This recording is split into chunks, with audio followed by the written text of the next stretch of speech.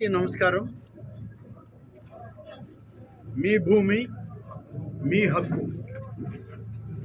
ప్రభుత్వ రాజముద్రతో పట్టదారు పాస్ పుస్తకాలు ఈ రాష్ట్రంలో ఉన్నటువంటి కోటి రైతు కుటుంబాలకు ఇచ్చేటువంటి కార్యక్రమం నిన్నటి నుంచి ఈ నూతన సంవత్సరంలో నూతన సంవత్సర శుభాకాంక్షలతోటి ప్రతి రైతు కుటుంబం సంతోషంగా కొత్త సంవత్సరంలోకి అడుగుపెట్టాలని 2026 రైతు వారీగా సమృద్ధిగా సంక్షేమంగా అభివృద్ధి చెందాలి అని కూటమి ప్రభుత్వం తీసుకున్న నిర్ణయం ముఖ్యమంత్రిగా చంద్రబాబు నాయుడు గారు, ఉప ముఖ్యమంత్రిగా పవన్ కళ్యాణ్ గారు, యువగళ నేతగా నారా లోకేష్ గారు, రెవెన్యూ శాఖ మంత్రిగా అనగాని సత్యప్రసాద్ గారు చేసిన అద్భుతమైనటువంటి కృషి ఫలితం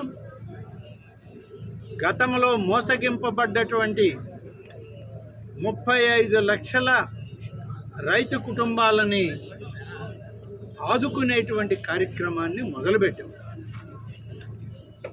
ఇప్పటికీ 7,200 గ్రామాల్లో సర్వే చేస్తే 6,700 గ్రామాల్లో మళ్ళీ దాన్ని పునః పరిశీలన చేసి 21,80,000 పాస్ పుస్తకాలని ఇవాళ పంపిణీ చేయడానికి అధికారులకి, ప్రజాప్రతినిధులకి ఇవాళ వెసులుబాటు ఇచ్చి రైతు కుటుంబం యొక్క తలుపు తట్టి ఈ పుస్తకం ఇవ్వాలని చెప్పి కూడా చెప్పడం జరిగింది.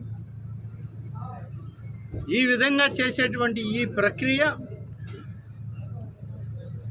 గతంలో ఉన్నటువంటి ప్రభుత్వం చేసినటువంటి ఒక తప్పుడు విధానం, తప్పుడు ఆలోచన, రైతుల్ని దగా చేసి దోచుకోవాలని చూసినటువంటి ఒక ప్రయత్నానికి ఈ రాష్ట్ర ప్రజానీకం, రైతాంగం అడ్డుకట్ట వేసి కూటమి నాయకత్వాన్ని తిరిగి అధికారంలోకి తీసుకొచ్చి వాళ్ళకు ఒక భరోసా ఎన్నికల సమయంలో ఇచ్చినటువంటి దాన్ని మాకు పూర్తి చేయండి అని బాధ్యతని ఈ ప్రభుత్వానికి ఇచ్చారు.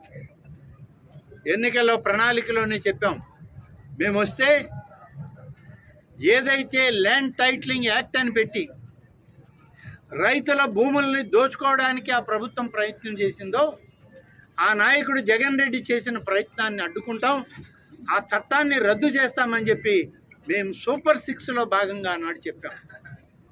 ఇవాళ సూపర్ 6లో భాగంగానే మొదటి ల్యాండ్ టైటిలింగ్ చట్టాన్ని రద్దు చేసినటువంటి ప్రభుత్వం మాది.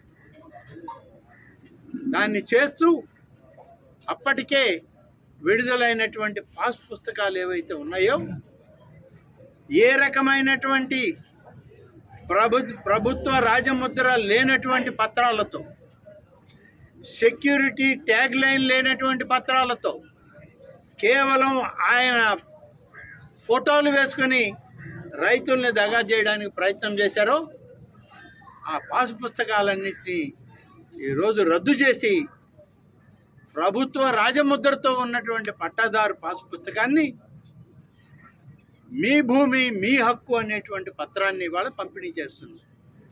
వాళ్ళకి నేరుగా వాళ్ళ ఇంటికి వెళ్ళి ఇస్తున్నాం, గ్రామ సభల్లో పెట్టి చెప్తున్నాం. ఇంకా ఎక్కడైనా చిన్న చిన్న తప్పులు దొరికినా దాన్ని సరిచేసి ఇవ్వడానికి మళ్ళీ రెవెన్యూ కార్యాలయాలకో, సచివాలయాలకో, వీఆర్ఓలకో చెప్పండి, మళ్ళీ దాన్ని మార్పు చేసి ఇస్తామని కూడా ఇవాళ హామీ ఇస్తూ ఉంది ఈ రాష్ట్ర ప్రజానీకానికి. పోయినసారి చేసినటువంటి తప్పుడు విధానానికి